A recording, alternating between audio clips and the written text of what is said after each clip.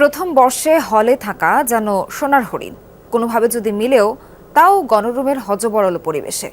কিন্তু পরিবর্তিত পরিস্থিতিতে এক দারুণ ঘটনা দেখল ঢাকা বিশ্ববিদ্যালয়। পড়ালেখার পাঠ শেষ হলেও হল না ছাড়ার প্রবণতার বাইরে গিয়ে অনন্য এক নজির সৃষ্টি হলো কবি জসিমউদ্দিন এবং সূর্য সেন হলে।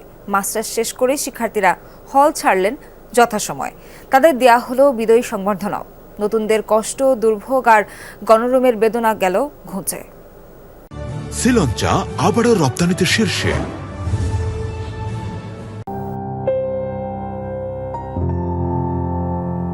এই যে গোল হয়ে ঘন হয়ে থাকা বন্ধুর দল, এরা কোনো উৎসব করছে কি, নাকি উৎসবের সঙ্গে মাখা সম্মিলিত বিষাদ?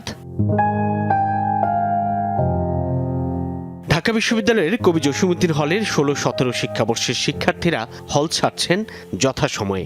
তাই এমন রঙের খেলাই বিদায় বেলা, অথচ এটাই হবার কথা ছিল। শিক্ষাবর্ষ শেষে একদল হল ছাড়বে আর নতুনরা প্রথম বর্ষ থেকেই হলের আসন বরাদ্দ পাবে।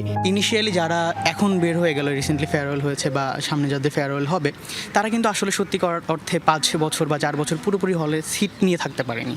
তারা ইনিশিয়াল 2 বছর গণরুম করেছে। সো তাদের কাছে বলবো এটা হচ্ছে একটা স্যাক্রিফাইস, এবং এই স্যাক্রিফাইসটা না করলে আসলে এই প্র্যাকটিসটা কিন্তু শুরু হতো না। যদিও ব্যাপারটা অনেকটা খারাপ লাগার, কিন্তু তারা চলে যাচ্ছে এবং জুনিয়র যারা আসছে এখন 23-24 সেশন, তাদের জন্য থাকার একটা সুন্দর ব্যবস্থা হচ্ছে। আমাদের কথা ভেবে হলের সামগ্রিক অবস্থা সুন্দর করার উদ্দেশ্যে ওনারা হচ্ছে হল থেকে চলে যাচ্ছে। হল থেকে আমাদের সিনিয়রদেরকে একটা সংবর্ধনা দেওয়া হয়েছিল, তাদেরকে বিদায় অনুষ্ঠানের মতো একটা করা হয়েছিল।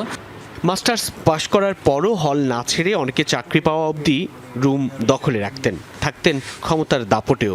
ফলাফল গণরুমে উদ্বাস্তু জীবনযাপন করতে হতো প্রথম থেকে তৃতীয় বর্ষের বেশিরভাগ শিক্ষার্থীর।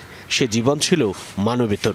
এবার জ্যেষ্ঠদের হল ছাড়ার পর নিয়মিত শিক্ষার্থীদের জন্য সুযোগ হলো। কবি জসিমউদ্দিন হলে যেন এখন আর গণরুমের কোনো ছায়া নেই। অনার্স শেষ করার পরেও আরও 4 বছর 5 বছর এরকমভাবে চাকরি না পাওয়া পর্যন্ত, আবার চাকরি পাওয়ার পরেও দেখা গেছে যে অনেকে কিন্তু ওই হলে ছিল। এখন আমি রানিং ফোর্থ ইয়ার, নতুন ফোর্থ ইয়ারে উঠে আমি সিট পাইছি। এখন যারা আসবে তারা যেন একটা পড়ার পরিবেশ পায়, আর এখন কোনো গণরুম নেই। আসলে তৃতীয় বছরে উঠেও মানে যে একটা রুম পাবো, মানে একটা সিট পাবো, ওঠার একটা সম্ভাবনা ছিল না। তো আলহামদুলিল্লাহ এটা পেয়েছি আমরা। এই রুমে আমরা থাকতাম 25 থেকে 30 জন, মাঝে মাঝে 35 জন হয়ে যাইতো।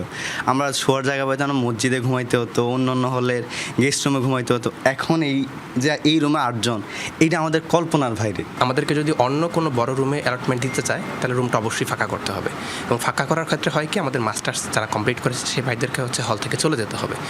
সাধারণ শিক্ষার্থীরা বলছেন, বিশ্ববিদ্যালয় প্রশাসন হলে আসনের সুষম বন্টন কিংবা বিশ্ববিদ্যালয় জীবনের শুরু থেকেই একজন শিক্ষার্থীর জন্য সুষ্ঠু আবাসন ব্যবস্থা নিশ্চিত করা উচিত।